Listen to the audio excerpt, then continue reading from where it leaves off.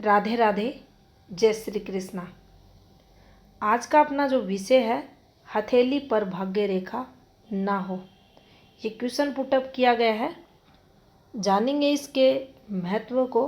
हथेली पर, हाथ पर भाग्य रेखा होने से, नहीं होने से, या भाग्य रेखा की जो प्रतीकात्मक रेखाएं रहती हैं वो कौन सी रहती हैं। तो देखिए, सबसे पहले तो हमें ये समझ लेना चाहिए, हाथ पर भाग्य रेखा जब भी किसी की आती है और वह भी बिल्कुल स्पष्ट भाग्य रेखा, बिल्कुल दोष मुक्त रेखा, ये कहीं से भी स्टार्ट हो सकती है। नीचे से इसका उद्गम होगा और शनि पर इसका अंत होगा। तो ऐसी भाग्य रेखा जीवन में कम मेहनत में अधिक लाभ दिलाती है। इसको ऐसे भी समझ सकते हैं, ऐसा व्यक्ति कोई भी काम करेगा उसे उस काम में सफलता मिलेगी। ये इस भाग्य रेखा का सबसे बड़ा बेनिफिट रहता है उस जातक के जीवन में। यानी ऐसी भाग्य रेखा उस जातक को भाग्यशाली व्यक्ति बनाती है। लेकिन अगर किसी के हाथ पर भाग्य रेखा नहीं होती तो क्या वह व्यक्ति भाग्यशाली नहीं होता? ऐसा नहीं होता। हाँ, ये ज़रूर है, भाग्य रेखा अगर हथेली पर है तो दोष मुक्त रहे, अन्यथा भाग्य रेखा अगर डिस्टर्ब होती है, जब ये टुकड़ों में चलती है, ये काली गहरी हो जाती है, ये नलीनुमा हो जाती है, ये फैल कर चलती है, तो उस स्थिति में भाग्य रेखा हाथ पर ना रहे तो ही अच्छा है। जीवन में अधिक मेहनत ऐसी भाग्य रेखा करवाती है। अगर पतली चल रही है तो भी अधिक हार्ड वर्क करवाती है। काम बनेंगे धीरे धीरे, जीवन में तरक्की मिलेगी धीरे धीरे। तो डिस्टर्ब भाग्य रेखा पर अधिक मेहनत और सक्सेस का लेवल कम रहेगा। अब देखिए, जिस जातक के हाथ पर भाग्य रेखा नहीं होती, उस जातक की हथेली पर असंख्य योग बताए गए हैं जो समुद्र शास्त्र में उसको भाग्यशाली बनाते हैं। उनका हम इस वीडियो में जिक्र भी नहीं कर सकते क्योंकि बहुत सारे योग हैं, लेकिन सिंपल कुछ टर्म्स एंड कंडीशंस होती हैं हथेली की, रेखाओं की। उनको देखकर हम ये ज़रूर पता लगा सकते हैं कि हाँ, भाग्य रेखा नहीं है, फिर भी यह जातक भाग्यशाली है।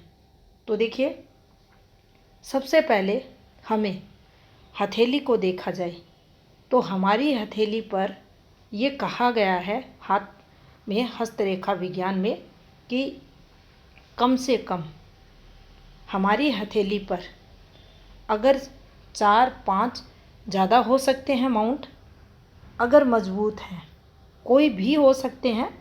इन 7 ग्रहों में कोई भी कम से कम 4 पर्वत, ज़्यादा कितने भी हो सकते हैं। हाथ गुलाबी रंग का हो, स्किन टेक्सचर अच्छा हो जातक का, ऐसा जातक भाग्यशाली होगा। उसकी हथेली पर भाग्य रेखा हो या ना हो, ये जातक हर प्रकार से आपको सुखी, संपन्न, पैसे वाला मिलेगा अपने जीवन काल में। तो अगर ये सब हथेली की स्थितियाँ मिल रही हैं तो ऐसा जातक भाग्यशाली होगा।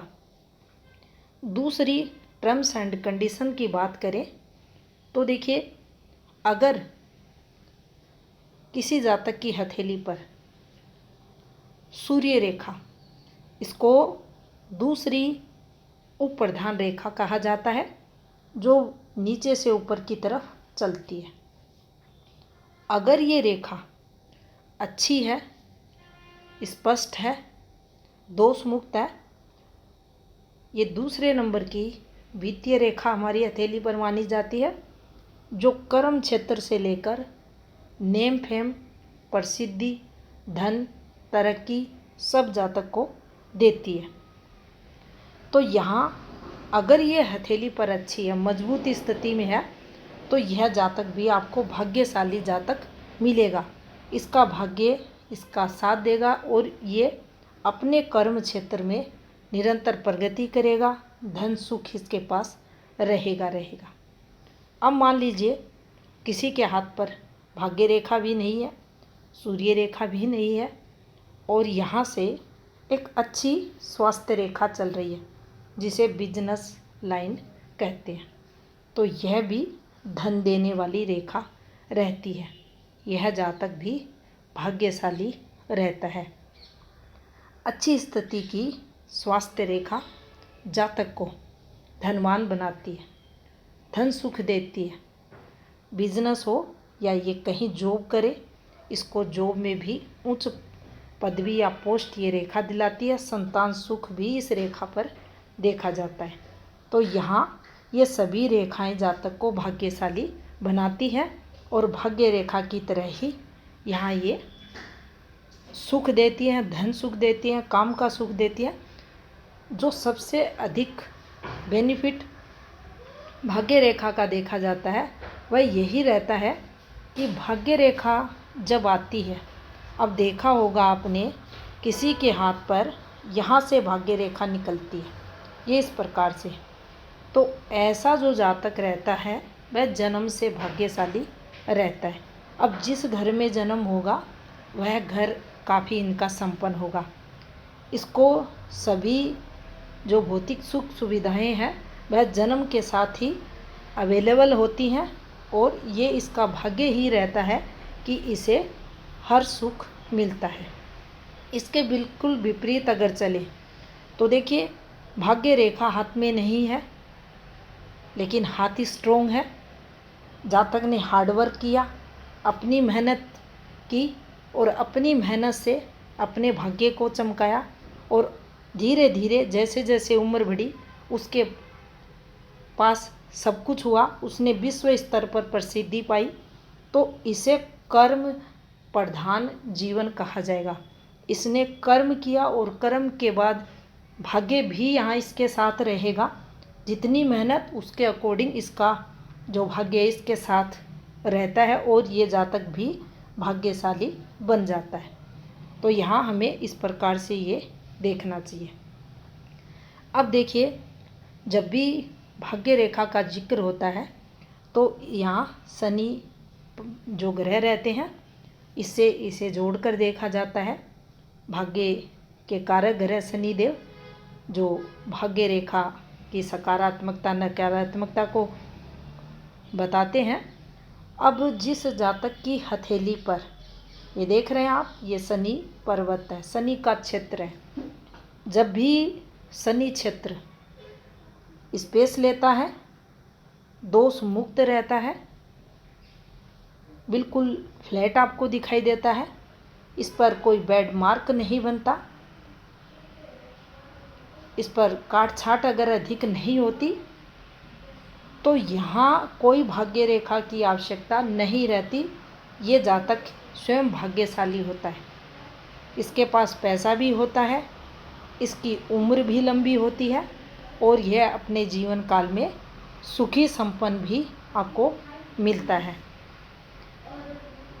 मान लीजिए किसी के हाथ में भाग्य रेखा भी नहीं है, सूर्य रेखा भी नहीं है, बुध पर्वत पर रेखाएं भी नहीं हैं, सिर्फ शनि पर्वत पर कुछ खड़ी रेखाएं हैं। अब ध्यान रखना है इस पॉइंट को, जो खड़ी रेखाएं हैं वो कहाँ होनी चाहिए। कुछ हाथों में ऐसे चलती हैं, इन रेखाओं की यहाँ हम चर्चा नहीं कर रहे। शनि पर्वत के बिल्कुल सेंटर से इस प्रकार से हम देखेंगे, यहाँ की ये रेखा काउंट होगी भाग्य रेखा जैसा फल देने के लिए। अगर एक रेखा है तो भी जातक भाग्यशाली माना जाएगा, 2 रेखा हैं और अधिक भाग्य प्रबल होगा, 3 रेखाएं हैं, 4 रेखाएं हैं, अब ये जातक अच्छा खासा धनवान, पैसे वाला, भाग्यशाली, अपने जो भी कर्म क्षेत्र होगा वहाँ पर सफलताएं, जीवन में कभी धन के लिए किसी के साथ सामने हाथ नहीं फैलाएगा, ये जातक भी भाग्यशाली होगा।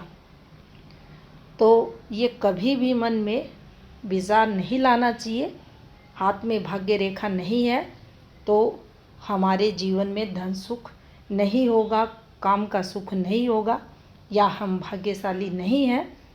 इसके अलावा भी बहुत सारे सिंबल, रेखाएं जो जातक को भाग्यशाली बनाती हैं। जानकारी अच्छी लगी, वीडियो को लाइक कमेंट ज़रूर करें। चैनल पर नए हैं, चैनल को सब्सक्राइब भी करें। धन्यवाद।